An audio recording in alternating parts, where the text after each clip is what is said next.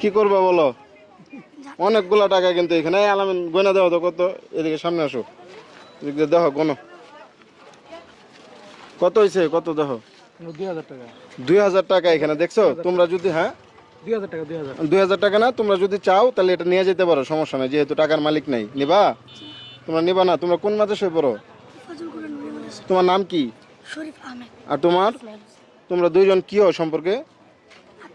মানে আত্মীয় বা বন্ধুর মতো আর কি, বুঝি না। চাচা বাইস্তে সম্পর্কে। আচ্ছা, এই যে যে পয়রা পাইলে টাকা নেওয়া যাবে না, এটা কার কাছ থেকে শিখছো? তোমাদের হুজুরের কাছ থেকে। এই যে যে টাকা পয়রা পাইলে নেওয়া যাবে না, এটা মাদ্রাসায় হুজুরের কাছ থেকে শেখানো হয়, জানেন আপনারা? এই যে বাস্তব প্রমাণ দেখেন, তোমরা হুজুরের কাছ থেকে শিখছো।